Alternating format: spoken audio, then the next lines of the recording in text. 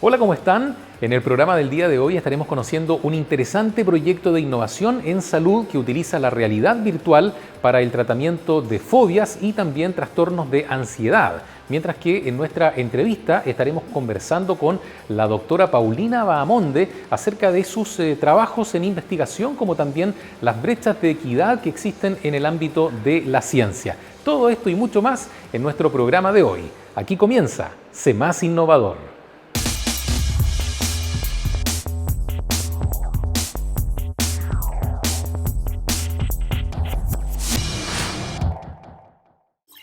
La ventaja que trae la realidad virtual es simular esta situación, digamos, a condiciones que son más o menos universales en las poblaciones. ¿Ya? Producto también que esto también trabaja con mucha investigación y luego también es desarrollo. Hablamos también de condiciones que tienen que ver con, por ejemplo, miedo a las alturas específicamente, problemas también cuando se oscurece, cuando hay corte de luces, o también el tema de las catástrofes naturales, llámese un terremoto dentro de un edificio, por ejemplo, cosas por el estilo. Entonces, ¿qué es lo que hace específicamente la realidad virtual? Es simular estas condiciones y darle una herramienta al terapeuta que está al otro lado, al frente del paciente, para controlar estos factores. Es decir, hacerlos aparecer digitalmente y también hacerlos desaparecer.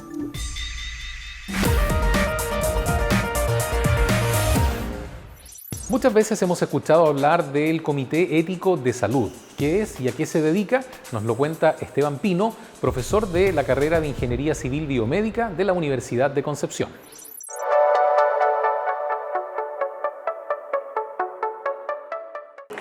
El Comité de Ética es un organismo que está encargado de velar porque todas las pruebas que se hagan o los ensayos, cosas nuevas que se quieran probar con pacientes, hayan sido visadas y aprobadas y que haya un visto bueno de que no está haciendo algo indebido y que está resguardando la seguridad del paciente, los derechos del paciente y eso. Entonces, hay comités de ética acreditados que son los encargados de dar esos permisos y después hay otros comités de ética para cosas más simples que se hacen dentro de las universidades o dentro de instituciones privadas. Pero cada vez que tú quieres hacer algo que involucre a la población en general, tiene que pasar por un comité de ética acreditado. Y hay un comité de ética por cada servicio de salud. Por ejemplo, hay uno para Concepción, uno para Talcahuano. Muchas veces, o sea, depende. Algunos funcionan dentro del hospital regional, en el caso de Concepción, otros funcionan aparte, pero es uno por servicio de salud.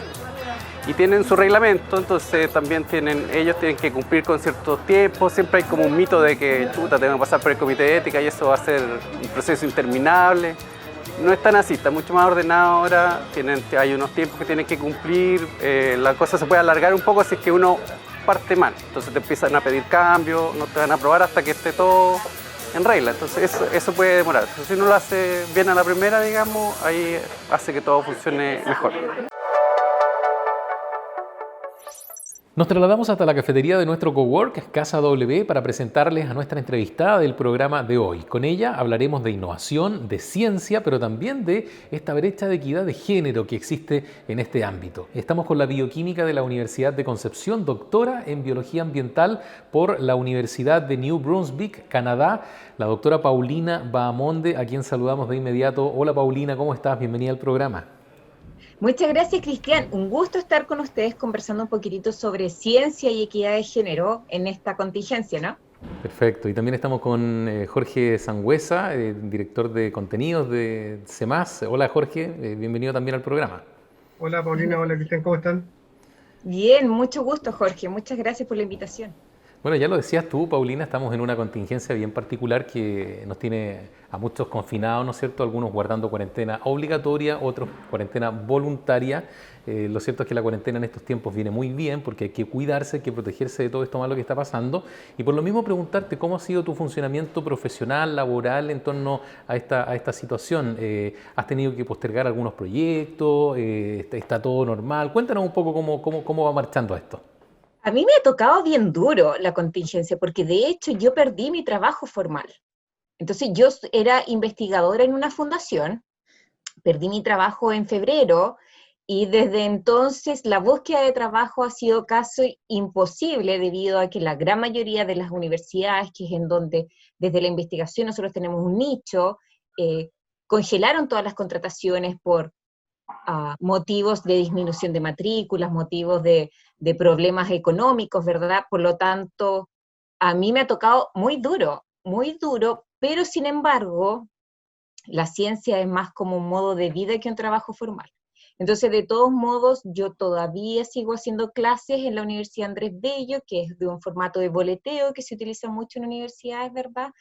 Y en forma paralela continúo con mis proyectos de investigación, porque tengo un Fondesit, también soy investigadora de un núcleo milenio, entonces a pesar de no tener un trabajo formal, un trabajo remunerado, todavía tengo 1 kilo de trabajo que tengo que intentar compensarlo con una guagua de 1 año 4 meses. Entonces, Doble pega. ha sido bien interesante y bien dura la situación. Frente a la contingencia, bueno, hay fenómenos que ocurren en la sociedad o fenómenos naturales que ponen como de moda ciertas cosas. Ocurrió en el Ajá. terremoto, que toda la gente que estaba relacionada con la geografía, con todo el estudio de la Tierra, aparecían los matinales, ¿no es cierto? Y vimos algunos, incluso vimos surgir algunas figuras emblemáticas, ¿no es cierto? Algunos que aparecieron en todos los matinales, en todos los programas y en todas las noticias, hablando sobre todo la explicación que se le podía dar a este fenómeno que no había ocurrido, ¿no es cierto?, que fue el 27 de febrero del 2010. Ahora, con el tema del COVID, surge también un poco y se empieza a visibilizar el trabajo que han hecho los científicos. Y eso yo creo que es una gran oportunidad para la ciencia, desde el punto de vista de cómo nosotros podemos posicionar a la ciencia como algo importante para el desarrollo del país. ¿Cuál es tu opinión respecto a eso? Yo creo que nunca se ha puesto en duda que la ciencia es importante para el desarrollo. Lo que está en duda es en qué momento vamos a darle el lugar que se merece, en qué momento va a ser prioridad de inversión del país, más que necesitamos a la ciencia. Andan hartos cartoons de cómics de los que nos... Porque al final y al cabo, a pesar de toda esta contingencia, igual se siguen recortando los fondos para hacer investigación. En esta época de dificultad económica país, ¿cierto? La ciencia es lo primero. La ciencia y la cultura son siempre los que primero nos recortan los fondos. Entonces, está como esta predicación de que en realidad deberíamos basarnos en la ciencia para la toma de decisiones, pero se lleva muy poco a la práctica.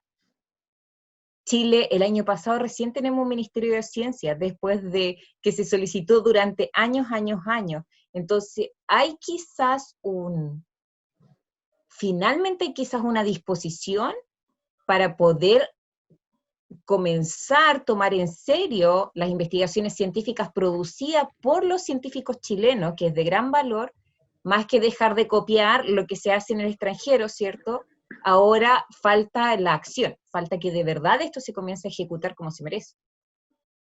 Claro, Sí. pero en relación con eso, si hay un recorte en el Ministerio de Vivienda, no me cabe duda de que va a salir a marchar gente, así como ocurre en educación y en salud, ¿para qué hablar? No, la presión social de eso es por el tamaño y probablemente por la inmediatez que tiene en relación con los servicios que se prestan, tanto en educación, en salud, no sé, o otro ministerio que sea más sencillo. ¿Crees que también hay una culpa de parte de los científicos de no poner en el valor que... Yo lo entiendo y creo que muchos lo entendemos, y yo estoy de acuerdo contigo que nadie podría discutir el valor de la ciencia respecto al desarrollo.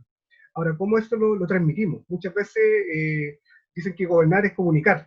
¿Cómo comunicamos eso y cómo entendemos que una persona común y corriente, yo siempre pongo el caso, en la Villa San Martín de Talcahuano, cómo una familia entiende que cuando se recortan ciencia y tecnología en el presupuesto, le puede afectar al destino del hijo o de la hija? ¿Cómo Sí. llegamos a esa bajada? A ver, déjame idear esta idea. Uno cuando piensa en un científico se imagina principalmente en 4 cosas.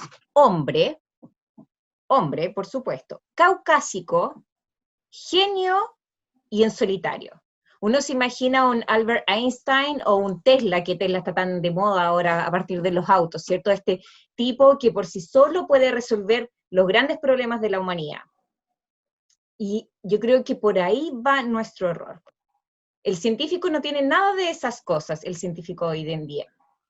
La ciencia hoy en día apela a diversidad, ya sea tanto de género como de raza. Se necesitan mujeres en ciencia, se necesitan a japoneses en ciencia, se necesitan a las personas de conocimiento de las primeras naciones o de los nativos en ciencia.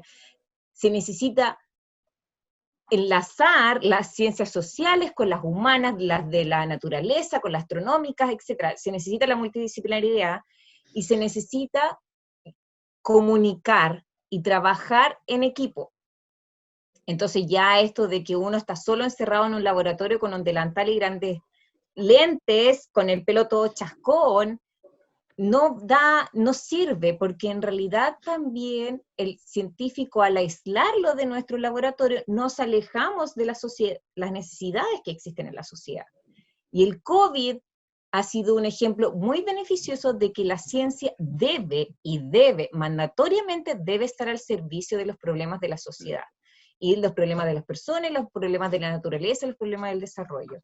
Y creo que eso ha sido algo dentro de lo terrible que ha sido esta pandemia, que ha manifestado el trabajo de los científicos, tanto como para buscar una solución pronta, como también a nivel de cómo vamos a detectar qué personas están o no enfermas, como a nivel de la toma de decisiones de cómo deben hacerse las cuarentenas. Y creo que eso ha visualizado a que una señora que vive en Talcahuano y tiene sus pequeños, entiende de que considerar la ciencia va a repercutir tanto con el crecimiento intelectual de su hijo, como con el desarrollo, como entregarle mejor calidad de vida, porque para eso estamos nosotros, para entregarle soluciones a una sociedad constantemente en cambios y en necesidades que también van variando en el tiempo.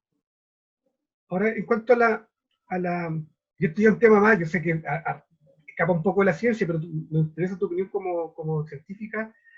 El COVID en la agenda se impuso como el gran tema. Si uno ve la noticia, bueno, yo evito verlas, pero se puso como el gran tema. Pero antes de eso teníamos el tema del cambio climático. ¿De qué manera afecta el posicionamiento de ese tema versus la erupción de esta?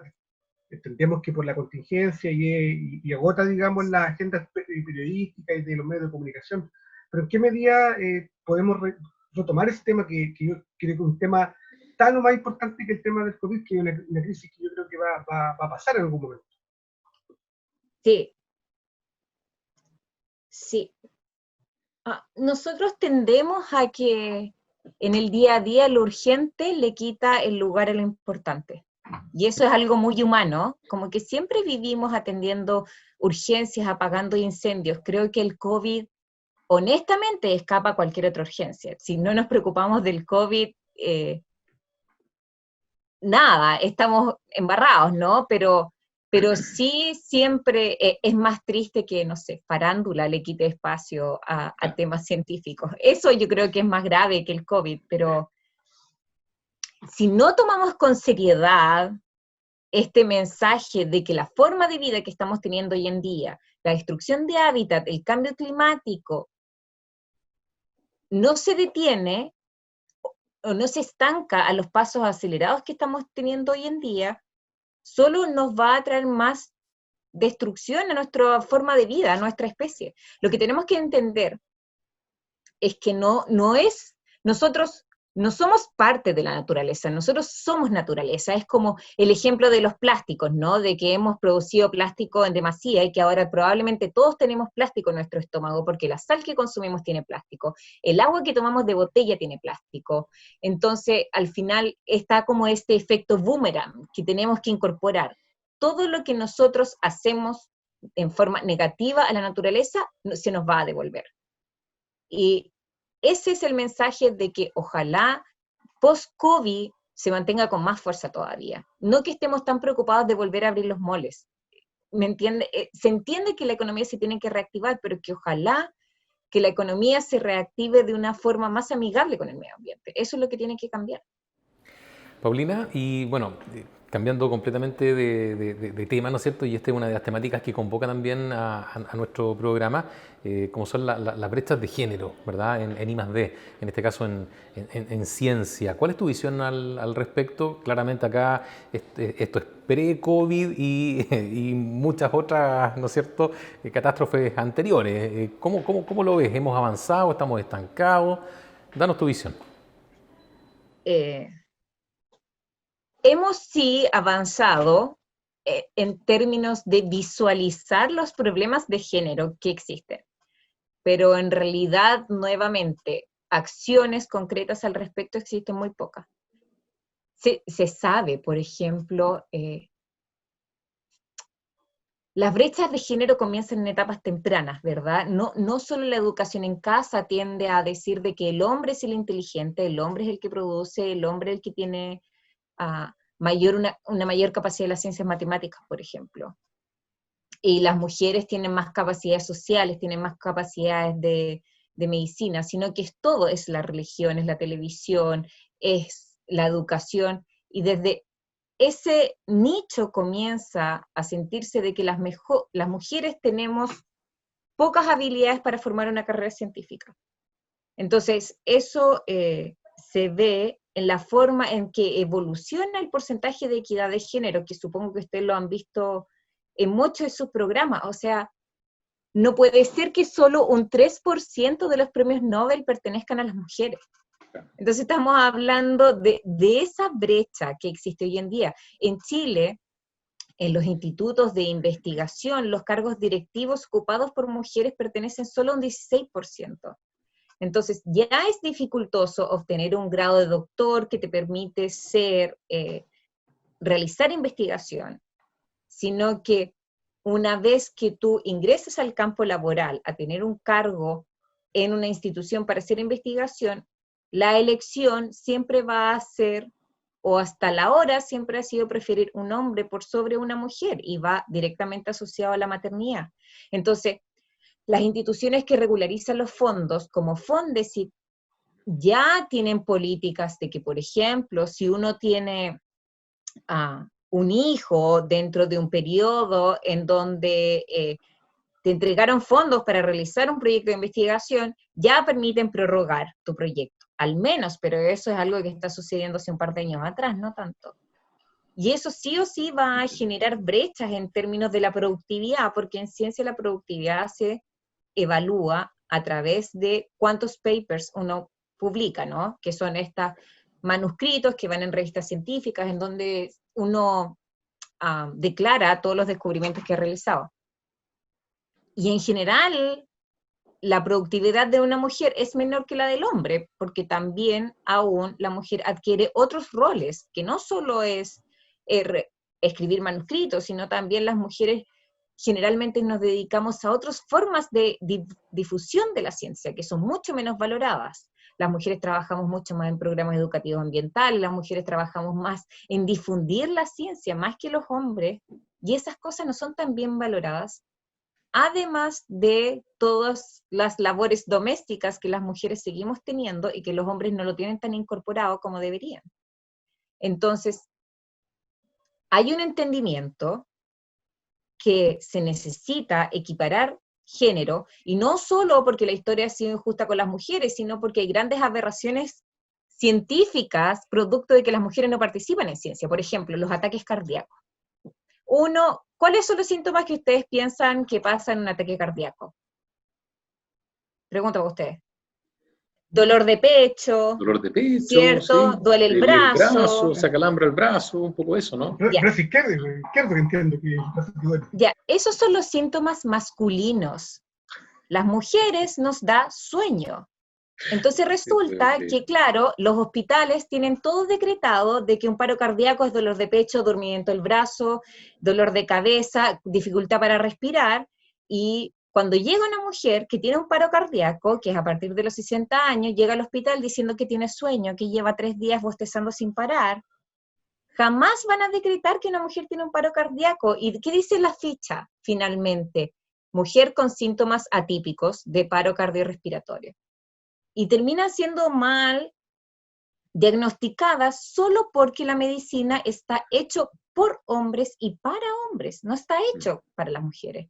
Lo mismo pasa en la farmacia, el 80% de los medicamentos tiene síntomas, o sea, perdón, tiene efectos adversos en las mujeres y no en los hombres, porque los farmacéuticos se hacen en ratas de laboratorios machos, por hombres y para hombres. Y así hay un sinfín de ejemplos en donde la ausencia de mujeres en investigaciones científicas han significado un retraso, no solo en ciencia, sino también en tecnología. Por ejemplo, cuando Apple sacó esta aplicación One Health, no sé si la recuerdan, no venía con periodos menstruales. O sea, ¿cómo puede ser que en Silicon Valley no haya habido ninguna mujer diciendo, hey, las mujeres menstruamos una vez al mes? Quizás en esta aplicación debería existir un botoncito que diga cuándo te llega y cuándo termina tu periodo.